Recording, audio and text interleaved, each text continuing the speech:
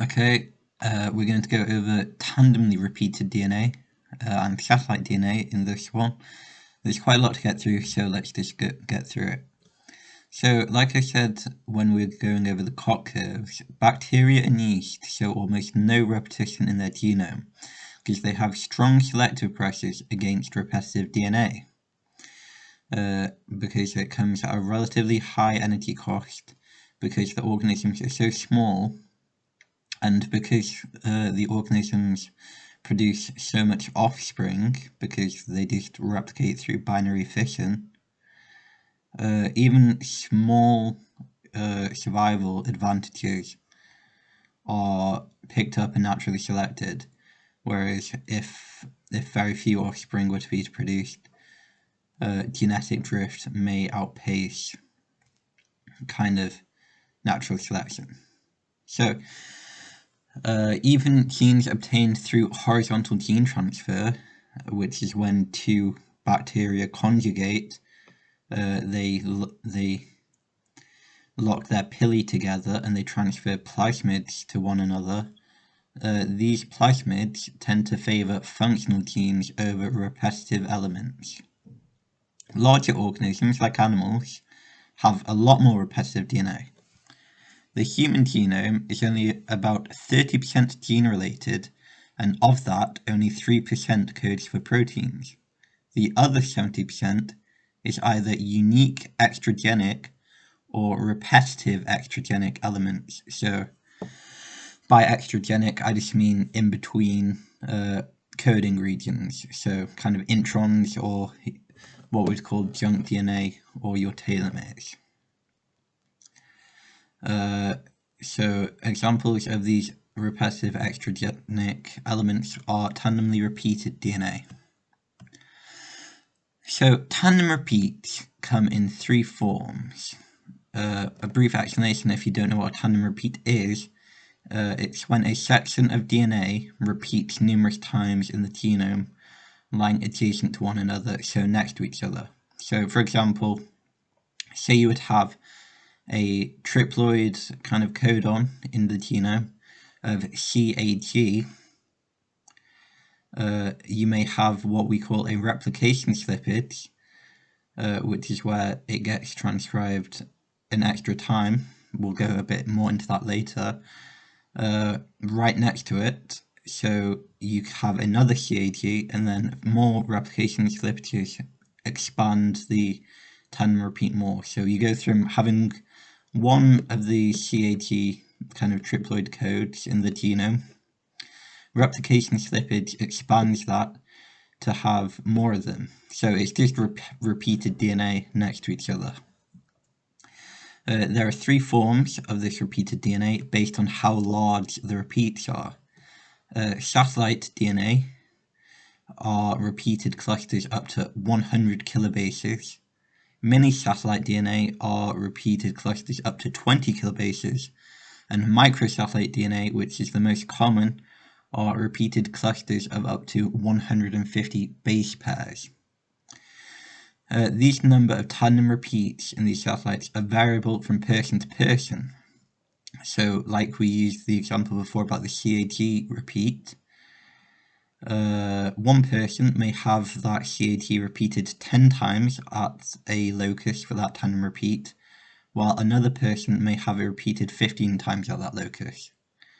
Now, we use this principle in DNA fingerprinting, where a gel can be run for a tandemly repeated locus, and then different people will produce different sized bands that will separate based on how large they are on a gel electrophoresis image, because some people will have more of the tandem repeats, some people have less, so they'll produce different sized bands which will move further up the gel if they are smaller, and they won't move as far if they are larger.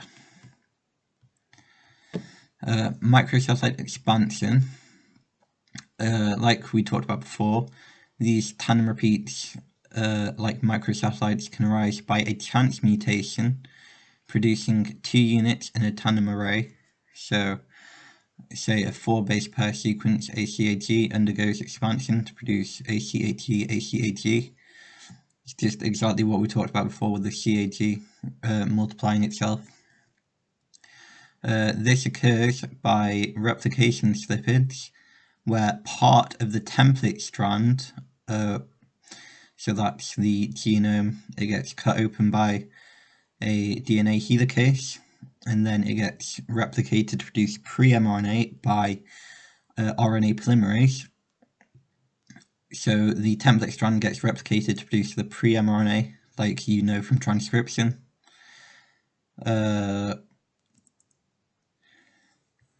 It may be copied twice or missed out, resulting in the generation of a new variation of microsatellite with either fewer or more repeats.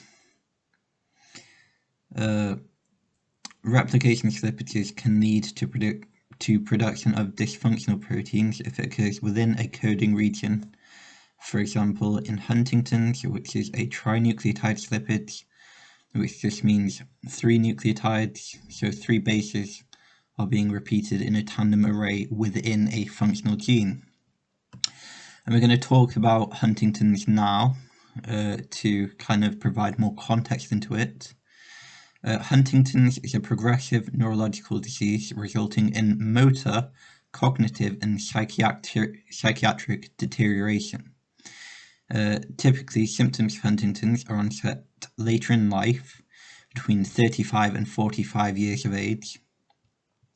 The disease is caused by 10 to 35 tandem repeats of the CAG trinucleotide code within the Huntington's gene, and these repeats within the Huntington's gene make it larger and make it dysfunctional, so it's not able to serve its purpose. This dysfunctional Huntington's protein will accumulate within neurons over time, ultimately resulting in cell death, especially in the basal ganglia, which are responsible for motor control. Inflammation of the brain and nervous tissue as a result of the dysfunctional protein accumulation further damages the central nervous system, which leads to the symptoms that we talked about at the top, motor, cognitive, and psychiatric, because the damage has been done to the nervous system. And very sadly, there is no cure, and it is hereditary. There are ethical questions about testing for Huntington's, as it may affect insurance rates, and a lot of people kind of don't want to know because there's nothing they can do about it anyway. Even if they get diagnosed, then it's not very nice to know that you're going to suffer from a severely debilitating disease for the latter part of your life. So that's kind of an ethical debate that you might want to talk about.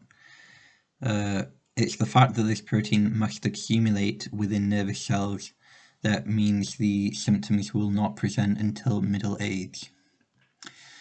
There are 2 classes of repetitive DNA.